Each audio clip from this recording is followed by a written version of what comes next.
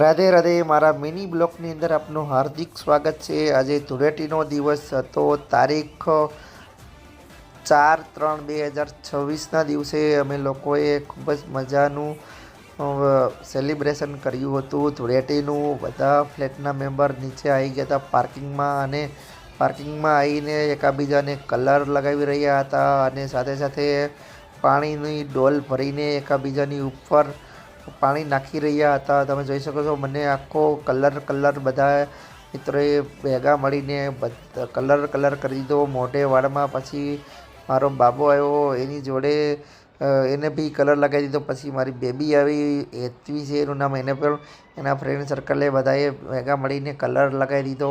એને એટલો બધો કલર લગાવ્યો કે એનું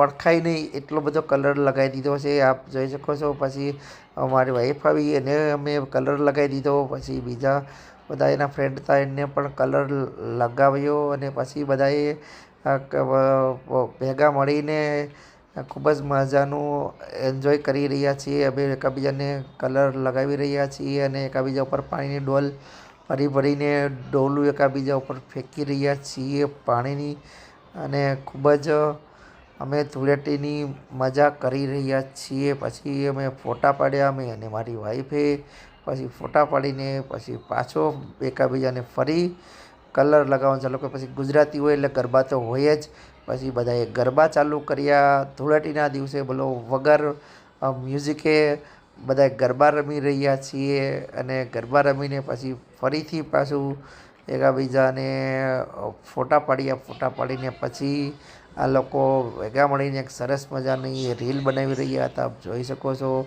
એક નાનો એવો કન્ટેન્ટ એ લોકોએ સેટ કર્યો હતો મારી વાઈફની અને એને ફ્રેન્ડે બધાએ મળીને।